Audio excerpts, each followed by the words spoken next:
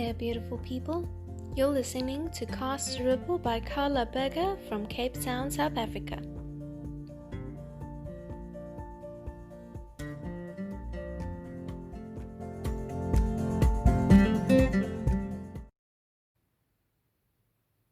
Hello friends, and welcome to a new episode of Cast a Ripple. Cast a Ripple and Be a Ripple is a space where I like to share what I like to call life-enhancing tools that absolutely anybody can use to better improve the quality of their day-to-day experiences. Today I want to talk to you about auras. So if you watch my Couch Talks episode, I gave a bit of a few tips on how to see auras. You can go check out the Couch Talk I mentioned now. It was a bit of a teaser to this episode of Cast a Ripple, because today I want to share more details with you about auras, about my journey with auras and how I perceive auras, how I intuitively feel about auras and what I intuitively know about them. So if you listen to the Couch Talk, you would have heard me say that the same way we have a physical body, we also have an energetic body, right? And that energetic body emits a field around us, and this field is our aura. I believe most people can perceive an aura in terms of feeling. Like you kind of get a vibe of someone. You feel when someone enters a room. You feel whether you can trust them or not. You feel when someone is looking at you. And this is all to do with us feeling the aura. Some people can actually see the aura, see it as a physical, not physical, but an energetic frequency around people.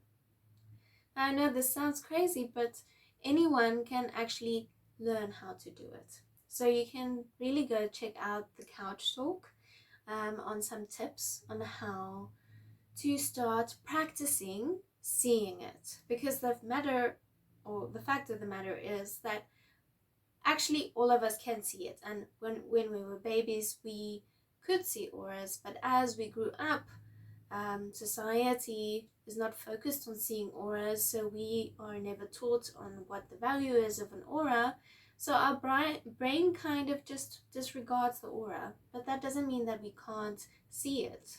It's just opening up our minds and training our eyes to see the aura, and then it's there. So it's all about practice. So I actually started seeing auras like two months ago. It's always been something that I really wanted. It was something that I thought was really intriguing and something that I really wanted to manifest in my life. So there was a need, right? There was a want, not a need, a want, or a wanting, or a desire. Let's call it a desire. There was a desire. That's the first part. The second part is I actually started practicing seeing auras, practicing on my hands, practicing on objects, looking at myself in the mirror with a white background. And so I started to train my eyes and open up my mind to receive this new information. And then the last part, and I don't know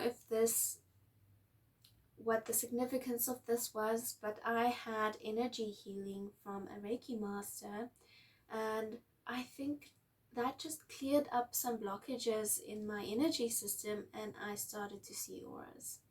So for me, it's not something that I can just openly see. I need to be in a specific space energetically to be able to see them. It's more comfortable for me to sit with a person personally and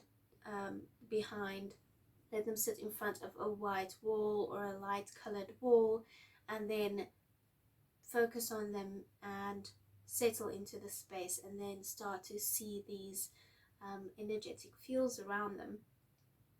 So it's not like I'm walking around and I'm seeing auras on everyone, although I do think with practice you'll be able to get to that step. So I'm still very much at the beginning stages, but that's what makes it so magical, is it's actually, oh, it's so colorful and so beautiful.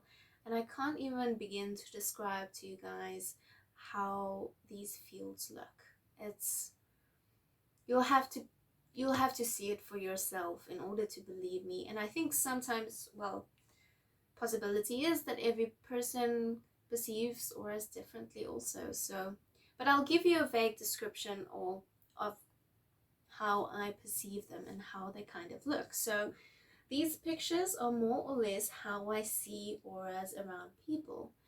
If I really, really go into a very deep state of that seeing, then it's almost as if there's a layer over my sight and I'm seeing these colors. It's like an overlay.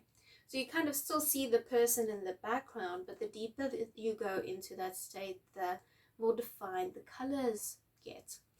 And a still picture can't really explain to you what it is that I see, because the colors move. It's not a static kind of thing. It's continuously moving. So you've got these basically two primary colors. Most of the people that I've seen the auras in are two primary colors, and they kind of flow. They just, it's like flames or ripples or waves that just flow, flow, flow. And then sometimes you'll get a different kind of flame color, but it doesn't stay. Some of the pieces that I read, and I like the way they put it, those are colors that people sometimes wear. So it's not your primary colors, but it's a color that comes and visits. So you have visiting colors as well. One session that I did with my father, which was amazing, because I could actually get him to meditate in front of me while I sat and watched his aura. And he does this meditation where he moves his hands and you could actually see the color following his hands. It was absolutely insane. Amazing stuff. Like I said, I wish I could show you, but you'll have to see it to believe me. So more about the colors, I think. I want to tell you more about the colors and what they mean. So in my mind, the colors, and there's a lot of stuff about what the colors mean, and I think it's more of an intuitive thing than it is something that you can research and learn. So it's the same with crystals or so. You kind of get intuitively guided by your emotions and your feelings about what that color means. And then when you go and research it from what other people experience, it will be mostly in line with what they experienced anyway. So it's an intuitive thing, but the colors are mostly in alignment with the 7 main chakras. So for those of you that know the chakras, there are 7 main ones up and down your spine. It starts with the root chakra below, which is red. Then you've got the sacral chakra, which is orange. Solar plexus is yellow. Heart chakra is green. Throat chakra is blue. Your third eye chakra is purple, and your crown is violet or white. So those chakras all have their own kind of characteristics, and that is mostly in alignment with the aura colors. So if you would see someone that has a green aura color, it resonates with the heart chakra, and that's a very healing, a very loving and peaceful energy. Then if you see a bit of purple, that's the third eye, so that's spiritual thoughts or spiritual wisdom, maybe psychic gifts also that you're seeing. Someone that has blue resonates with the throat chakra, so you've got a lot of self-expression and protection, and someone that's perceives something or things around them in the true form that they are. So and then you've got sometimes these colors mix, you know, so you've got, say, a pink aura color, and a pink aura color is actually a very very balanced aura color, because it's a mix between your red, which is your base chakra, and violet or white, which is your crown chakra. So it's a mixture between all of the different colors of the chakras, or the base and the top one. And that's a very balanced aura. So you get that kind of aura. Or you get a turquoise, which is a mix between a heart and a throat, green and blue.